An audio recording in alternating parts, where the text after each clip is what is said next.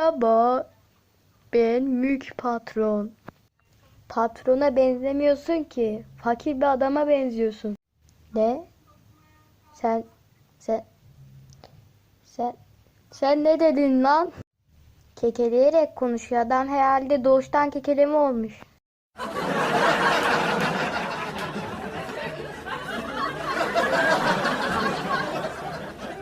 Ne? Sen ne cüretle bana öyle dersin? Git lan evimden. İster giderim ister gitmem, sana ne? Yeter artık.